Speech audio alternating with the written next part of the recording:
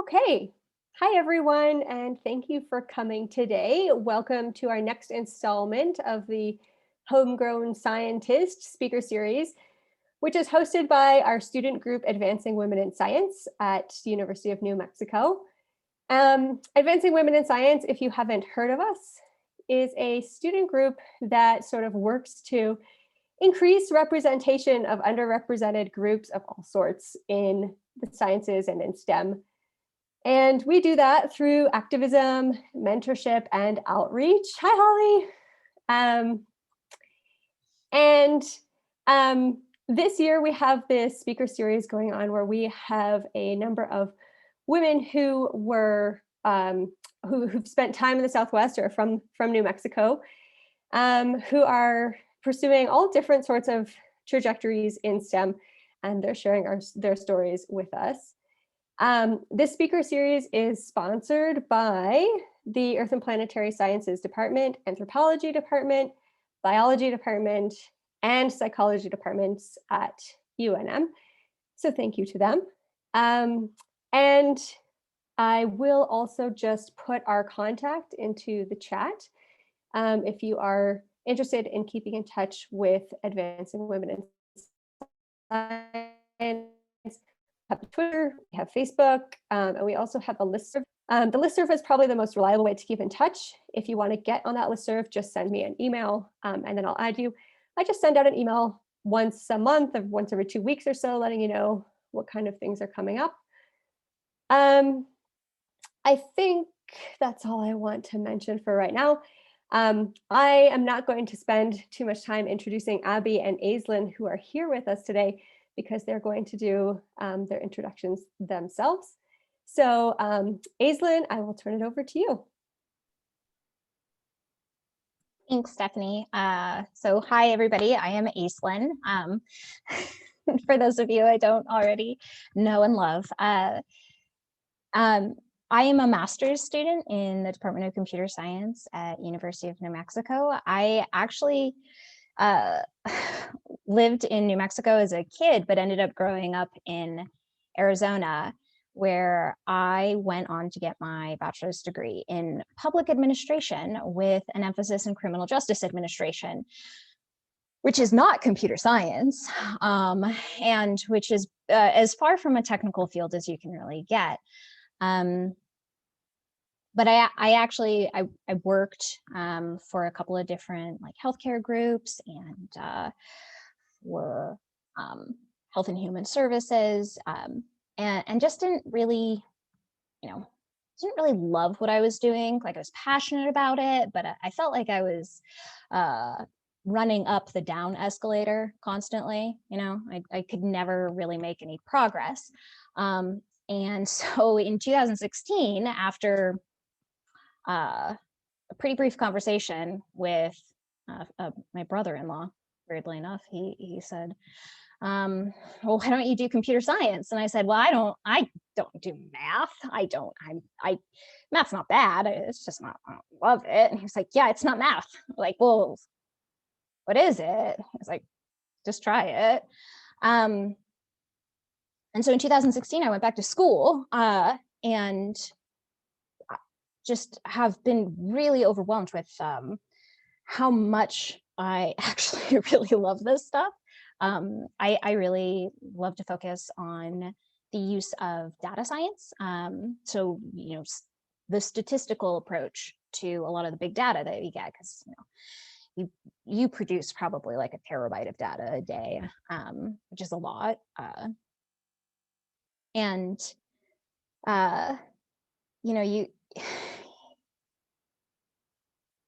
There's all this information and people are always saying like, oh, well, if you look at this, it says this, if you look at this, it says this. And it's like, okay, well, like, why don't we build tools to actually let us look at these massive scale problems or, problem sets and just produce something meaningful out of them. That's part of what I have focused on, and hopefully we'll continue to focus on in the future. I love some data science.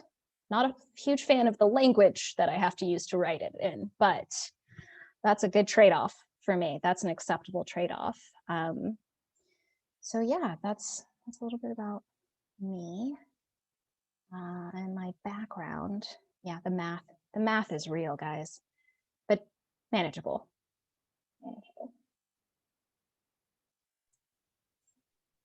Thanks, Aislinn. Abby, would you like to spend some time introducing yourself? Tell us your story. Sure. My name is Abby Axness. I'm originally from Albuquerque, New Mexico. Did some time as a kid, spending some time in Santa Fe and getting to know both cities very well. So I am an untraditional student, which means that when I was coming back to school after taking 7 years off, my first semester I went in and got the lottery scholarship and discovered that that wasn't going to help me pay my bills and pay things. So I had to get a job. And so I got a job, and the job was either getting a pay raise or leaving school. And I chose the pay raise. And then after that 7-year gap, I decided I want to go back to school, and I went back to school. And when I went back to school, I went for culinary arts, which was what I was currently working and doing. So far from what I'm doing now, which is fire science and the geosciences. And we'll kind of walk you through my story on how I got there. So after changing my major probably a dozen times, I went from culinary arts, I finished culinary arts, and I was working when I graduated from C&M. And I decided this isn't really the field I want to be in. I was in kitchens, and it was a hard job. It was manual labor. It was very difficult to be in. And I realized that it wasn't as appealing and accepting to women, which is something I found that I've connected with in the geosciences. So I kind of wanted to make a difference for women specifically in hard and difficult situations. So I kind of sought out looking for a degree path that would lead me there. So after going to C&M, I found a program in a STEM Up program, which was that brought me from a 2-year university into a 4-year university, and that brought me to UNM. So as I went through UNM, I found I started with electrical engineering because it paid the most. And that was the thing that I was like, I just want to go with something that's going to pay me the most. And so that was my first career goal. And I got up to the point where I was about a semester away from graduating with electrical engineering. And I took a semiconductor class, and I just fell in love with the actual physical makeup of what semiconductors were, and what is it that makes these things grow and connect, and the chemistry behind that. And I was like, what is something from my childhood that I kind of really enjoyed was geology. Go figure. In high school, I took a geology class from an instructor, and he was amazing. He would give you rocks as prizes.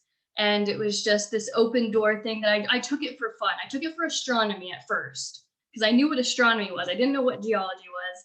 And it was a half and half class. So half of it was geology, half of it was astronomy. And I fell in love with pahoehoe. That was one of my favorite things to say for a long time when I learned what that rock was. It's a volcanic rock, and just kind of fun.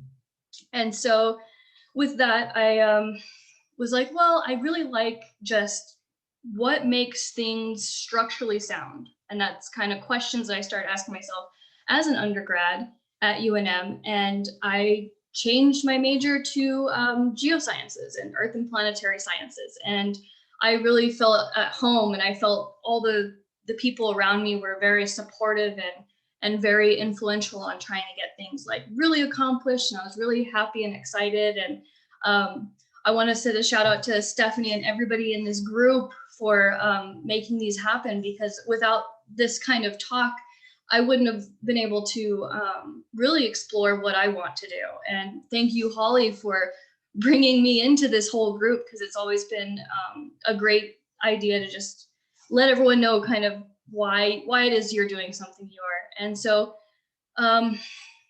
now I'm jumping into even more majors. So after changing about 5 majors at CNM, and then now I'm completely at UNM, and I changed my majors at UNM. And so once I changed my major at UNM, I really kind of felt like I found who I was.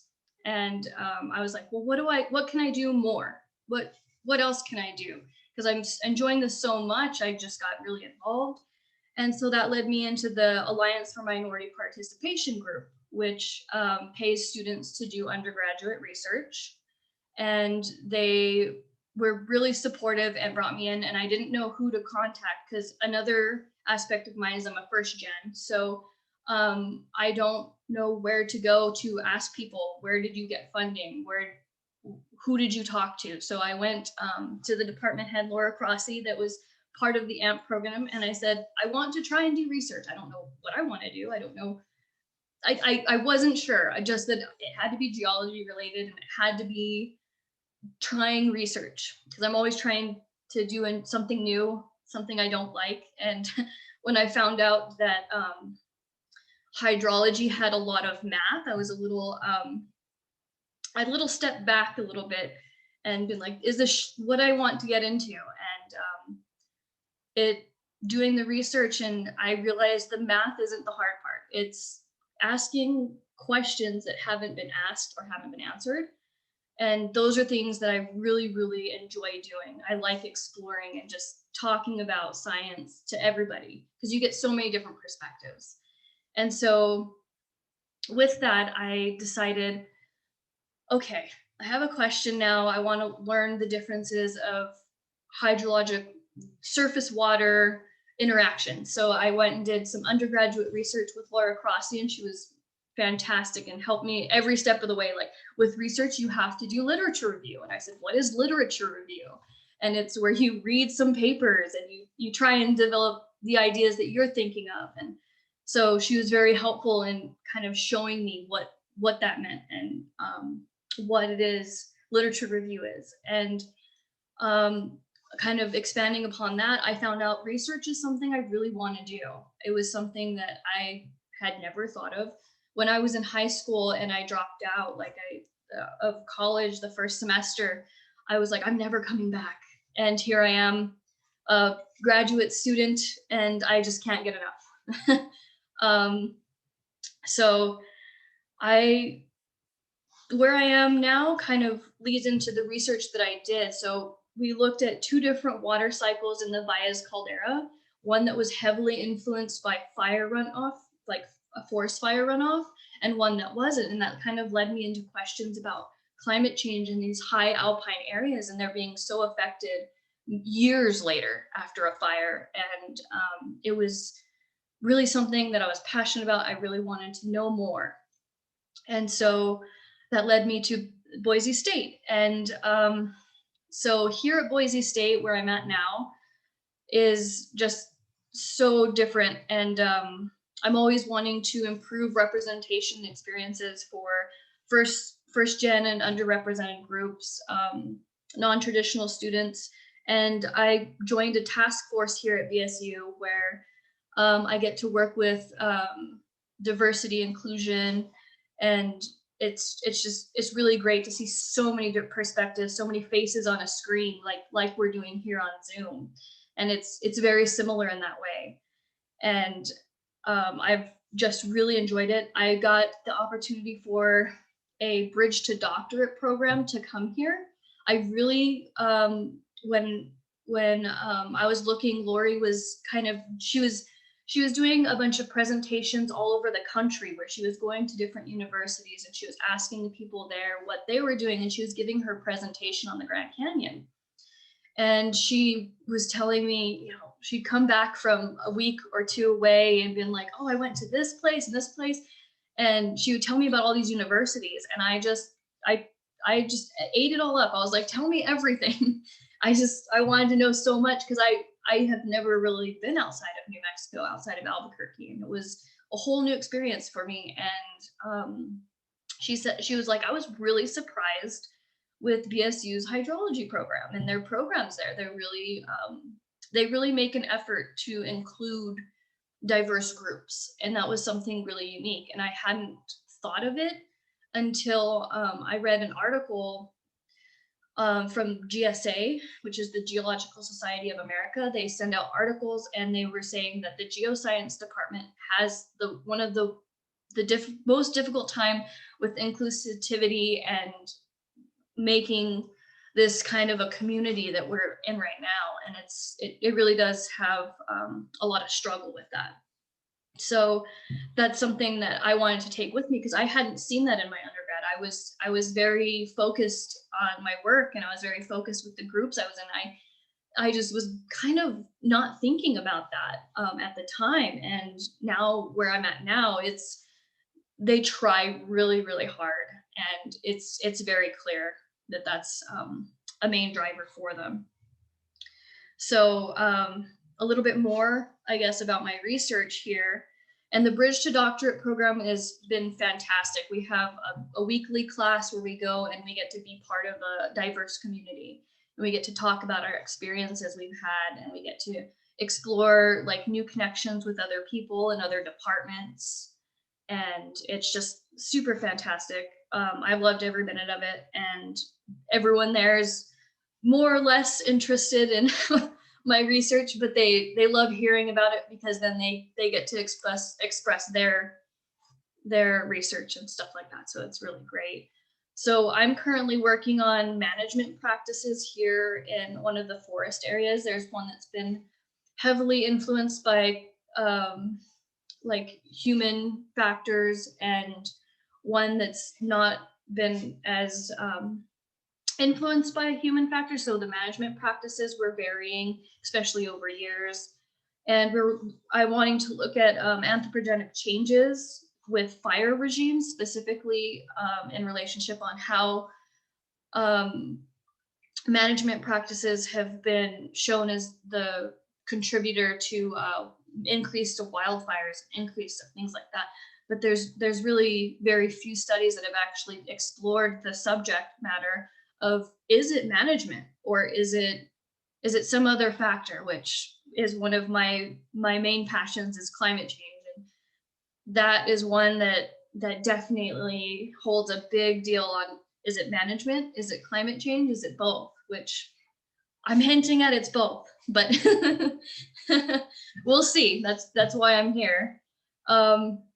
Yeah, so coming from Albuquerque and not wanting to leave, during COVID, moving was definitely a challenge that I was super unprepared for. And this is the end of this is the last semester of my first semester in grad school. And so I'm very excited to talk to you guys and let you know about what grad school is from a perspective of somebody that has never really heard of what it is. I don't really know. My parents went to university for a year, and that was it. So I'm very excited to hear questions and discover more on topics of diversity and groups that it's a hard topic to look for. So. Awesome. Thank you so much, Abby. Thank you both. I love hearing from all of the speakers in the speaker series. It's always so interesting and just so like insightful. So thank you very much both for being here and for sharing. I have, piles of questions. I'm always so excited, but I would like to open it up to questions from the audience. So if anybody has a question, feel free to just unmute yourself and go ahead.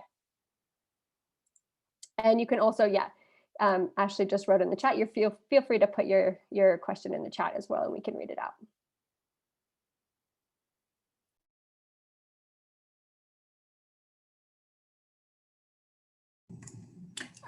Abby, hi, my name is Rochelle.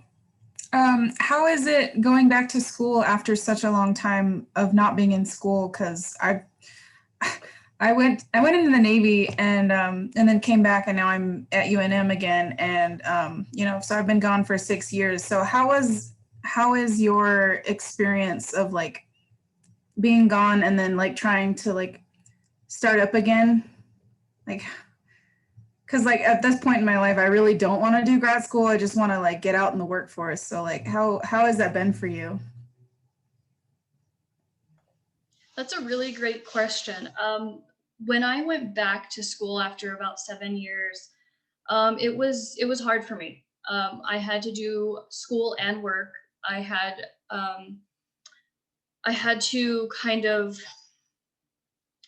decide which classes I could take and when, which was something that I hadn't talked about before. Which, if you want to be multidisciplinary, you have to make changes. And like today, I was out in the field just a second ago. I'm soaking wet, but you have to you want to go back, and so that's a key, and that's something that I think, trying to remember back when I came back, that was something that I really wanted. Is I just really wanted to go for it, and that was something that I was determined to do.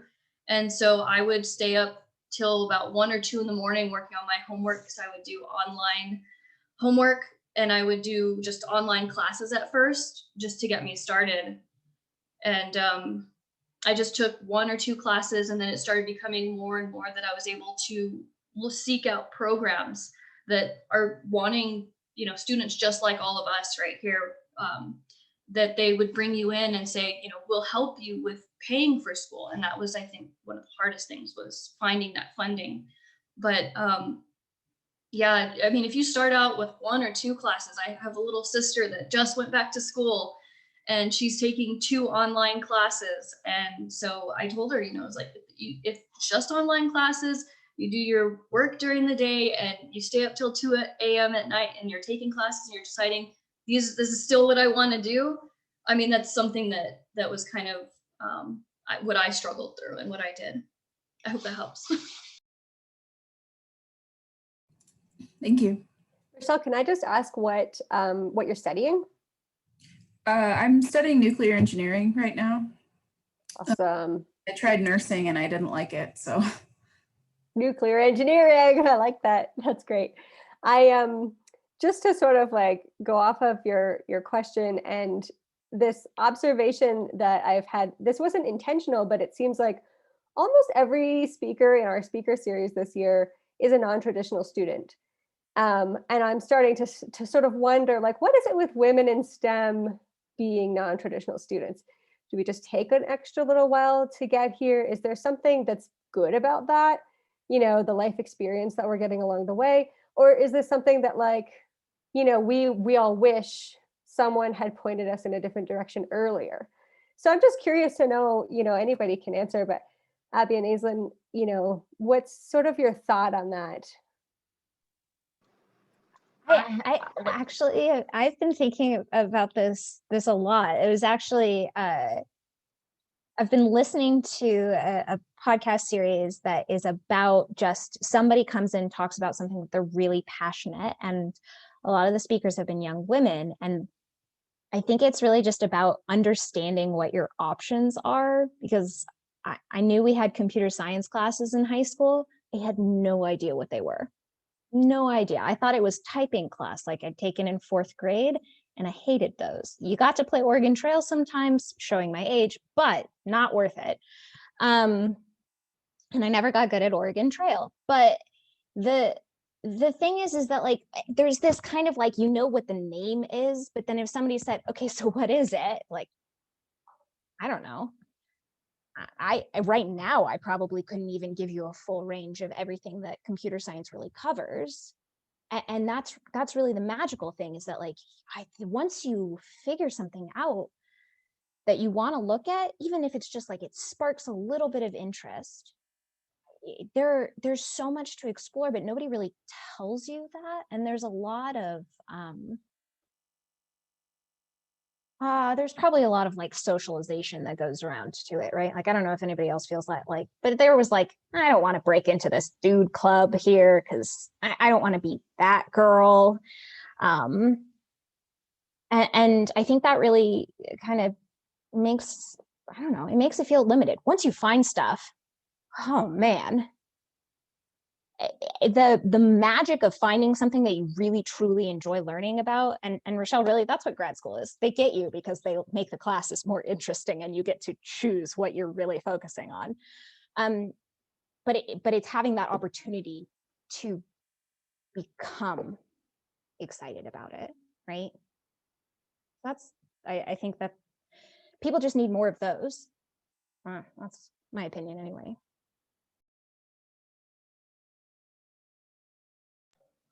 So I would kind of add on that as well and say I took a class on accident.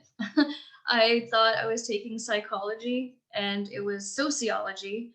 And I was like, I'll give it a week. And if I don't like the class, I'll drop it. And those are two completely different subject matters. And this was back when I was in culinary arts and they were like, you need to take an elective.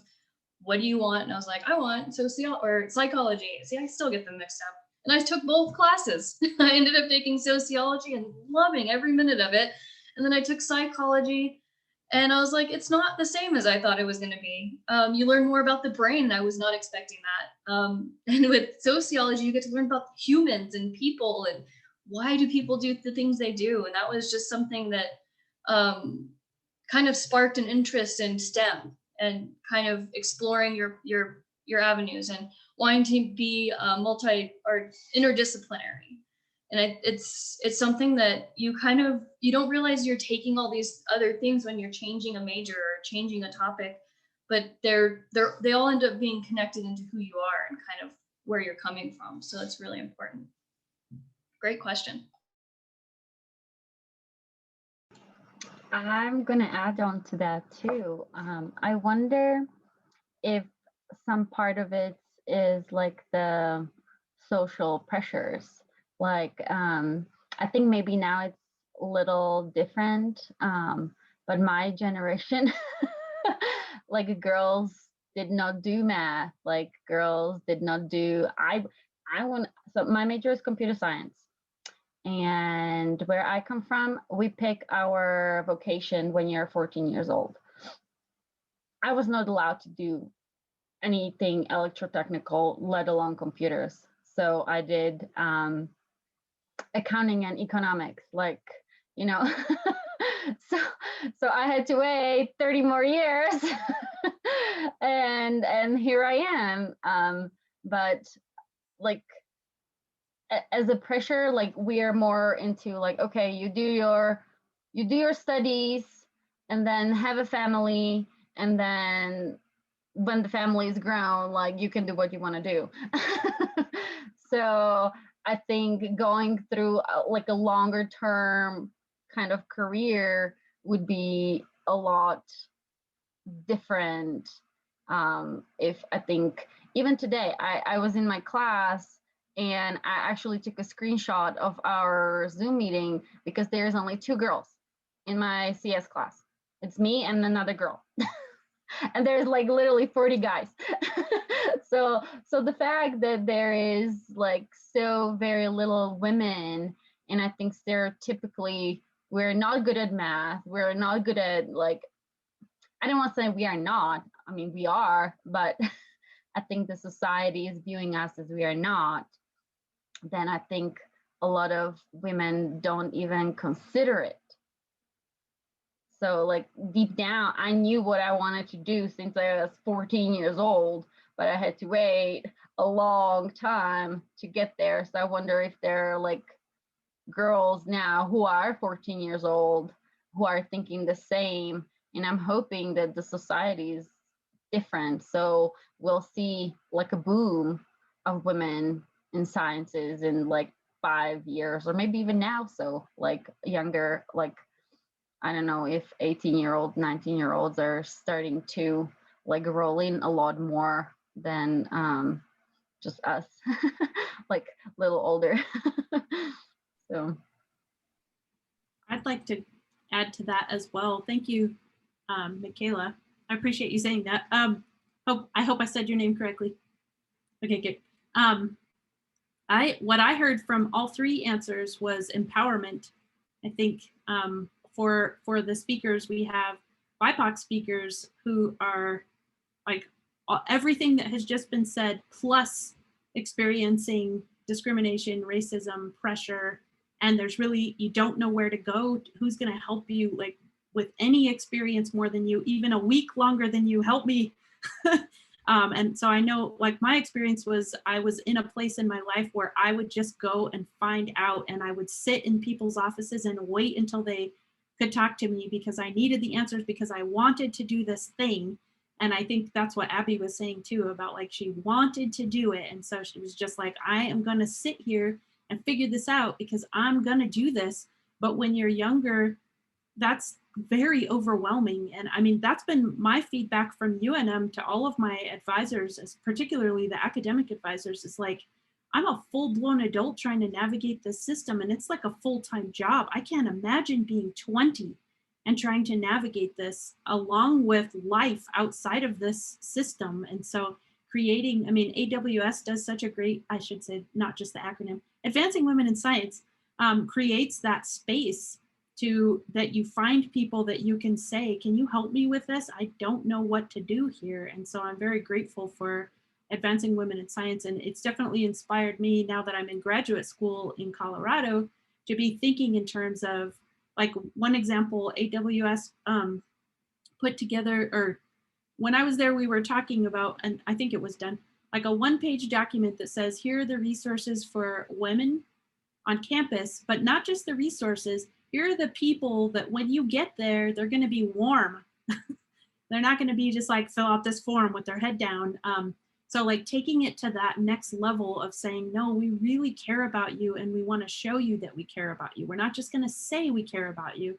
I think that makes a big difference. But the other thing I kept thinking about when the others were speaking is now I'm surrounded by traditional students. We all are surrounded by traditional students. And for the BIPOC students, it is so hard to stay.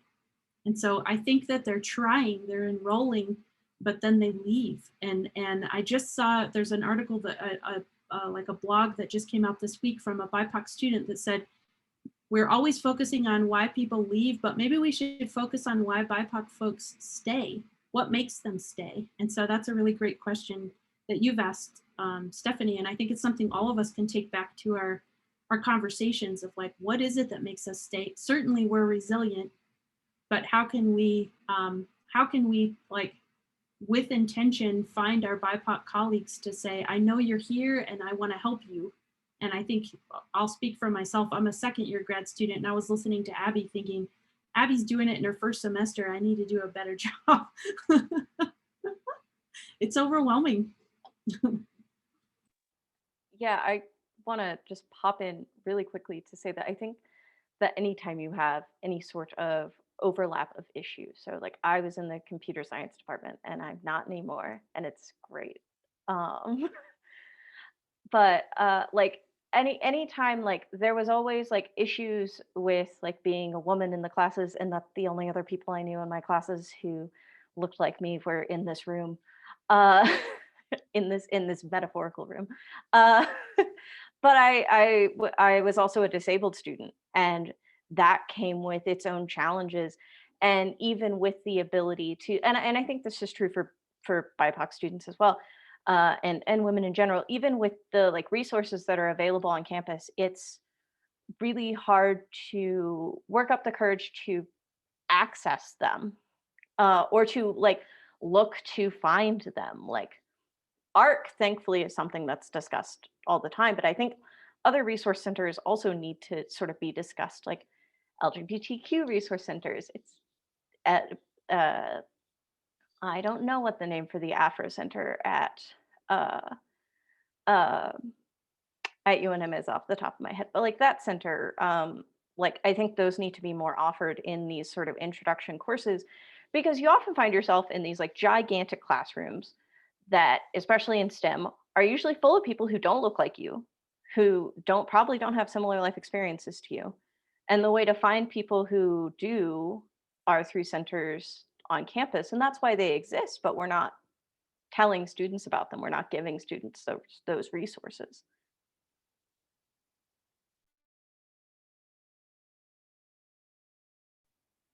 I think I also have some advice for Rochelle to make her maybe want to go to grad school or as an undergraduate, you can be hired in a professor's lab as a student, be paid to do some undergraduate bench work.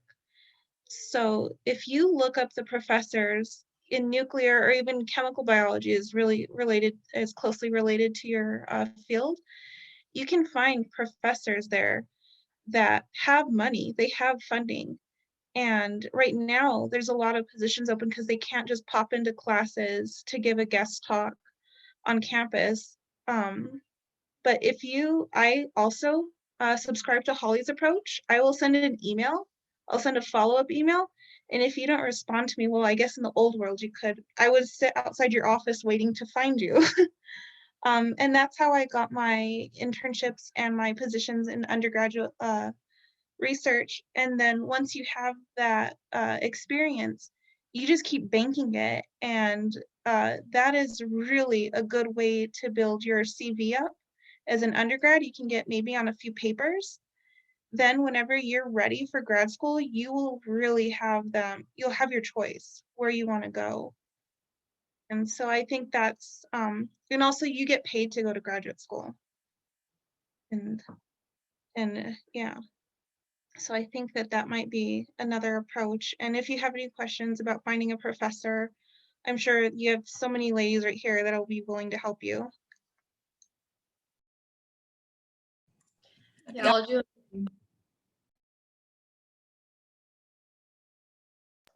I'll do a quick plug and let everyone know that the professor, Dr. Pierce, that I'm working with here at BSU is looking for, I spoke about it a little bit, about geosciences and how the diversity factor isn't as strong as we would like. So she's looking for a master's student, and she has some funding for a master's student. So if someone's willing to come up here to Boise, I want to let you know it's really great. If you're used to Albuquerque, and like I didn't want to leave. I wanted to stay at my hometown. I didn't want to move. It has a mountain on the northeast corner. It has a river running through it. So it feels like home. So even with COVID times. So and I know that's also a really big struggle, is just getting used to a new city and not being able to get used to that city yet. So.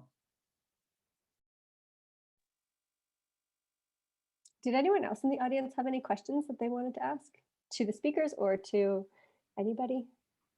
I think Rochelle was going to say something. Oh yeah, go ahead, Rochelle. Oh, I was just saying thank you, Randy, and everybody for your input and perspectives. Also, Nuki, go to, like, maybe you don't want to, but I'm going to plug Sandia for Nuki. They constantly need good Nuki interns, and they pay really good.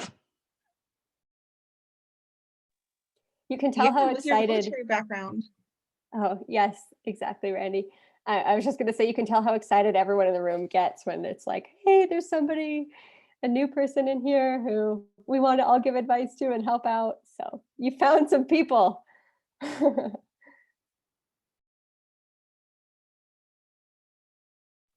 have a question sort of directed at Abby, but I know there's some other people here who can probably speak to it as well.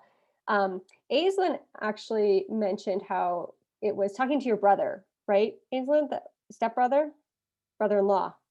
Brother-in-law, you know, that like kind of like majorly influenced this shift in your thinking about what might be interesting to you.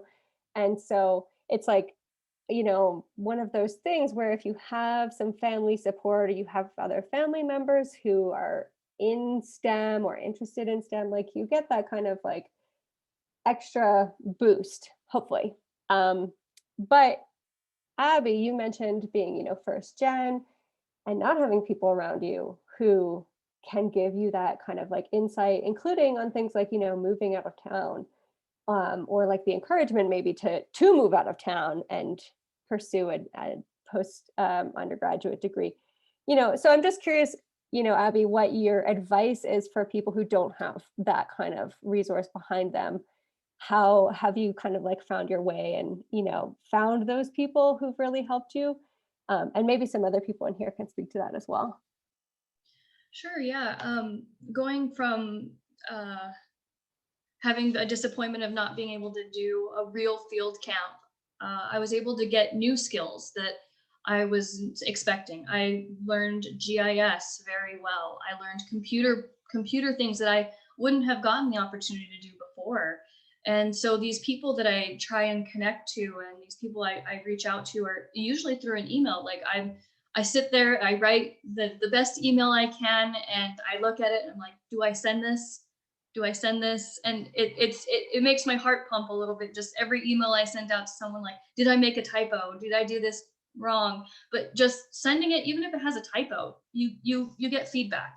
And if you just email somebody and be like, hey, like, I don't know how to do this, I need some help, everybody is more than happy. I mean, even if you have to email them, you don't hear within a week, you're like, oh, what did I do wrong or something like that. Don't get discouraged like that. We all, especially during COVID, there's so many things going on computers right now that I know with the email flood and the things get lost in email, just send another one. Like the students that I talk to and kind of TA with now, they're always like, you know, I didn't get an, or you know, they'll be like, I didn't get an email, and I'm like, I'm so sorry. Like, I'm getting back to it, I promise. Just send me it again, and I'll get back to it. I promise. And so just keep bugging people. It doesn't hurt to send an extra email. Reach out to somebody that. It was really hard for me. I didn't know anybody that had moved during COVID, and that was just moving my whole house. I had to sell a house that I had purchased and I'd lived in for 11 years. And it was a real uprooting that I had to do. And it was very challenging. And I got to talk to professors and people in my undergrad, other students that were like, yeah, I'm going to move and I don't know what to do. And it is very, very intimidating, but it's worth it. In my opinion, my move here from my hometown was definitely worth it. And I get paid, like Randy was saying, you can get paid to you know, make a change that you want to make, and you have to make sure that that's something you want to do. So.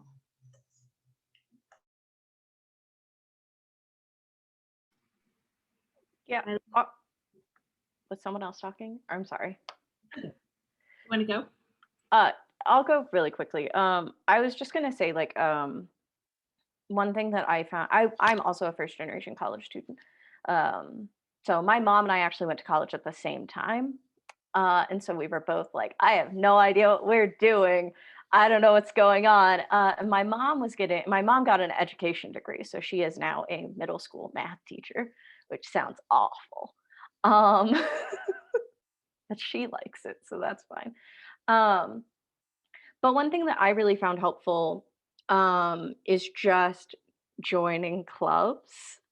And I did this at my first university to a lesser extent of success than at UNM. But joining clubs, even if they're not related to what you're studying. So advancing women in science sounds like it's going to be something that is for computer scientists, and it is. But when I first joined AWS, it was a bunch of biologists and anthropologists and archaeologists, and none of them were really like, I know what you're talking about. They were like, I have programmed in R before, so I vaguely know what computers can do. But I am a grad student and I know things about college that you don't know. And so, like, let's figure out how to give you the best experience. And let's find things that you can do to sort of buff up your resume, which is how I got my internship at Sandia. Was I was doing something for AWS where we were working with the STEM Collaborative Center to make like a coding little experience for non-program or non-CS students. And I like learned Python in that class, or I learned Python to teach that class.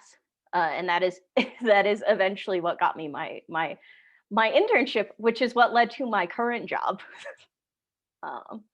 And so I cannot recommend anything more than like find clubs and find people who want to help you, because they exist. Like the people in this room, including myself, want to help you be successful if you are starting out, or if you're not. Like I want to help Aislinn be successful, even though she's graduating in May. I love you, Ashley. You're the best. Thanks for everything you just said.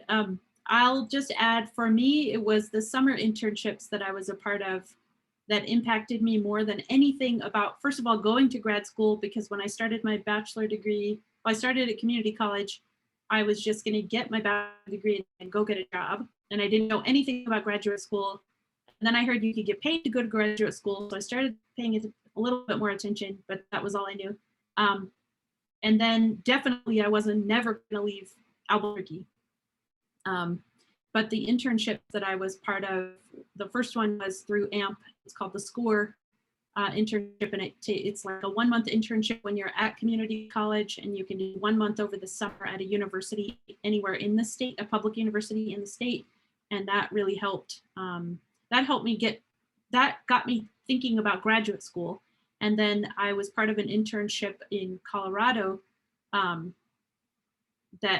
That experience really got me motivated to go look outside of New Mexico, because I wanted to be a climate scientist, and that's not really possible at UNM. But even beyond that, the programs that I was looking at, they all go from undergraduate to PhD without getting your master's in between. And that's not like supported in the department I was in at UNM and EPS. And so even that, I didn't have support in my own undergrad department to apply for PhD programs. But the summer internships that I was part of, that second one, really, they helped me put together my CV. They helped me with my applications, like what to write for my applications, where to apply. I was like completely overwhelmed. And so there were people that were really vested, really vested in my experience. And so I think summer internships are well worth the time, even though you don't get a break over the summer, which I highly think taking breaks is important. So it's a trade-off. But what I also like about summer internships, I did 2 paid summer internships where I was, everything was paid for me to travel to get there. And then once I got there, my housing was covered, and about 1/3 of my food and a bus pass and things like that. Is that I wasn't taking classes. So I just like went to work and did research 9 to 5, Monday through Friday, and then I didn't have homework. So I actually did get a break in the evenings and the weekends, and got to be really close with my fellow interns. And the interns are from all over the country. So now I have like a network across the country, and the internships that I did were for BIPOC students or underrepresented students, but now I have a network across the country. So I highly recommend summer internships, no matter where you are in your academic career. I think summer internships are really valuable. And now's the time to look and apply. Now is the time, not March, now. Thank you, Holly. And well, that was a long multi-person answer. Thank you, everybody, for the answer to that question. Micah has just asked a question that's a really good question about some of the disadvantages that non-traditional students face, which we've kind of touched on a little bit here and there, but I think we should actually put on the table, you know, like there's pros and cons. And in previous conversations in this space, we've been telling students like, take time off, like go do other things, like be non-traditional. And now we're also talking about some of the disadvantages that you face being non-traditional. So I'll leave it to Abby and Aislinn to start on that one, and maybe kind of your view on the pros and cons that you've experienced. I would say some of the things that I've struggled with, and this might just be because it's me specifically, and my questions that I'm asking involve human environmental science. And that was a new term to me when I moved here to BSU, and I was unaware it's a whole department here, where in UNM, they don't have something that I was familiar with like that. And they are very open and encouraging, but the disadvantage that I'm gonna go with here is it's a different department, and the classes I want to take are at the same time as other classes I want to take, and they're offered the same semester. And I only get 4 semesters as a master's student.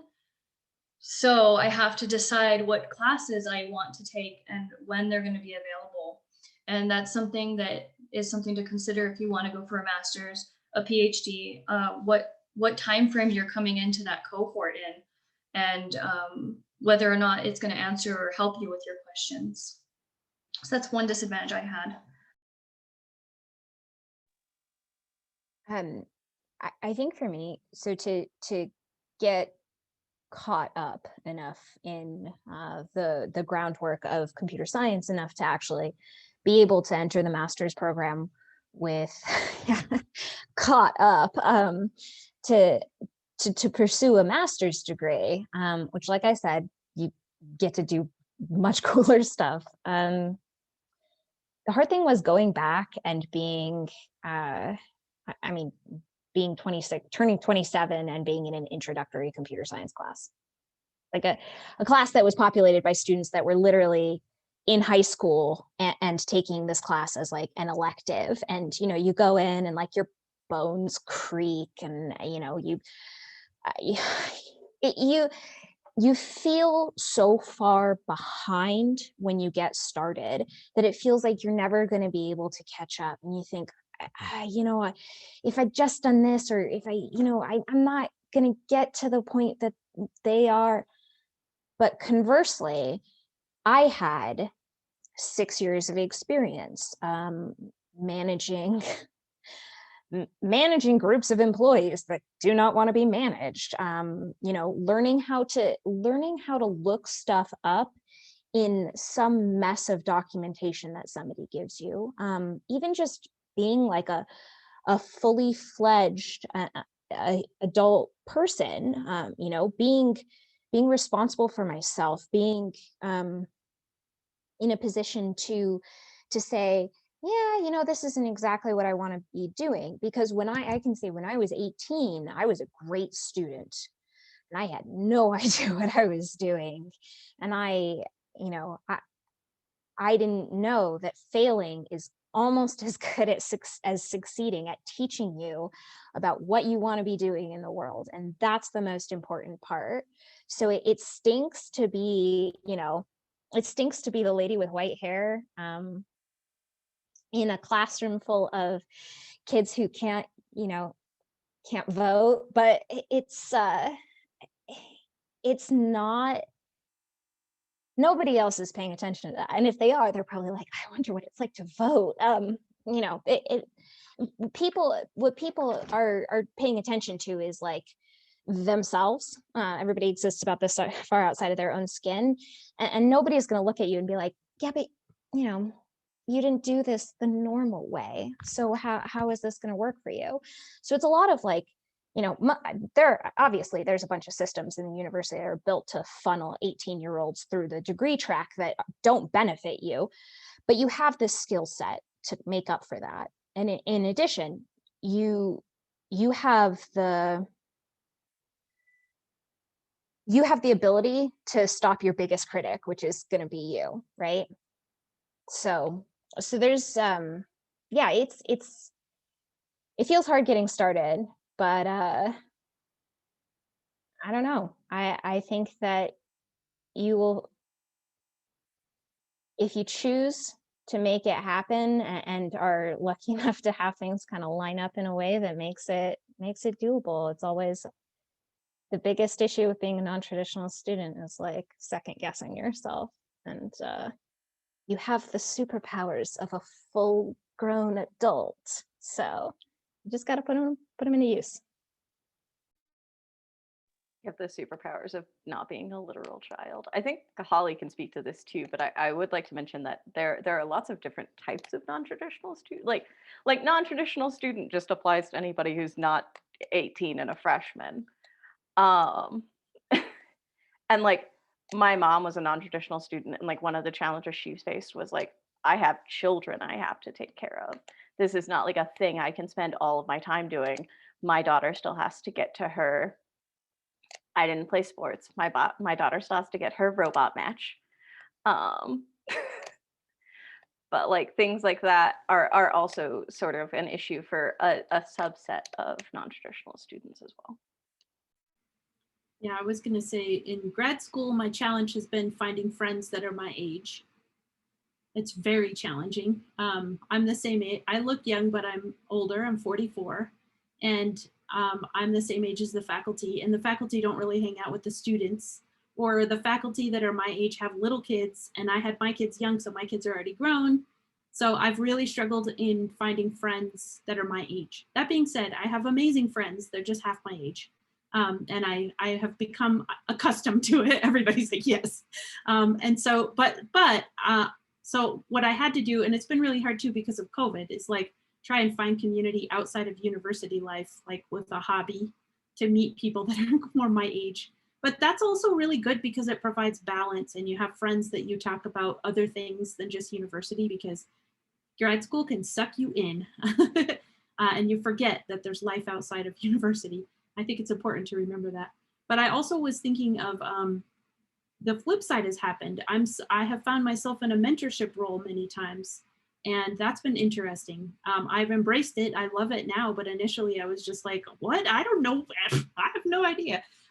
But also my classmates and my instructors always assume that I know more than I do because I'm older. And so I had to tell my story so many times. I still have to do it in graduate school when I start a class and let people know I went to 9th grade and then I got my GED 24 years later at age 38. And then I learned math. And so, yes, I do math every day, but I just don't have that like foundation. And so I have to share that a lot. And sometimes I don't want to share it, but I've also found that if I preemptively share it, I help myself throughout the semester because there are a lot of assumptions made. So it's definitely, they're very different types of challenges that other people are not talking about. So I think it's really great that you asked that. You've inspired me to like be thinking of like, what are the questions that we can be asking to help one another through these types of scenarios. And I'll just add one other thing. When you said non-traditional students, I live in the world of activism right now. And I'm really trying to address racism at the university that I'm at. I'm in Boulder, Colorado, and it's really rampant here. And I don't want anybody to come to this school until they change. And it's going to take decades for them to change. And so I think like that's a big deal too, because what school you choose is going to really influence, like if you feel isolated, even more isolated because of how you look or because of your name on a screen or whatever. And so that was where my mind went when I saw the question, was like, there's so many things we could talk about in that realm too, but I think it all comes back to like feeling empowered. And I started feeling empowered when I found community. So I think seeking out community wherever you are, really that's what helps you keep going.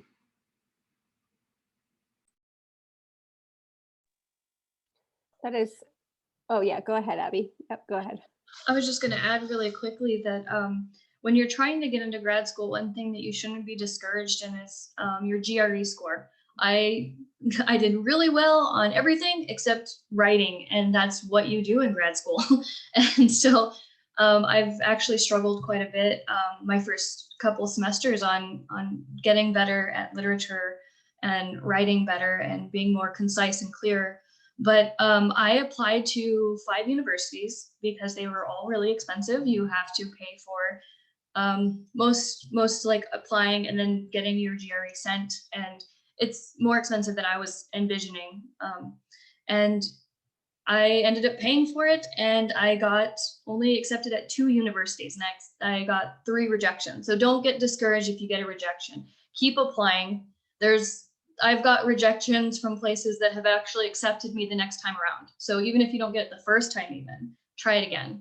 And they're more likely to be like, oh, well, why didn't you get picked the first time, kind of thing. So I'll just highlight in the chat, Ashley pointed out that more departments across the US are starting to abolish using the GRE. So if it is something, that you don't have funds to pay for, or you don't do well on, you can look for programs. And in my personal opinion, maybe, I don't know how to phrase this, but maybe those programs are the place that you want to be anyways, because they're a little more forward thinking.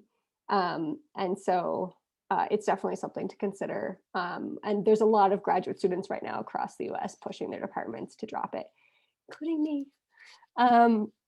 Anyways, I want to say thank you to everybody for all of those answers. Like, so insightful, so thoughtful. It's always really inspirational to be in a room with all of you. And I want to thank you for your time and for contributing. We do have another 2 talks in our Homegrown Scientist Speaker Series coming up The next one is on March 3rd, 1 month from now, and we have Alicia and Gabrielle joining us. So it's going to be exciting. Look for our emails, Look for our email. Facebook, Twitter. I think I might have cut out for a second. Oh, I'm back. There we go. Anyways, look for emails, Facebook, and Twitter. I put it in the chat. I will drop it in one more time. And then also, I'm going to put into the chat our YouTube. Where's the chat? There we go. Our YouTube channel, where you can also watch the recordings of our previous talks in this series, which are super enjoyable to watch. So I encourage you to go back if you weren't there for the earlier ones. Anyways, thank you, everybody. Thank you. Bye. Love to all of you. Bye. Thank you so much.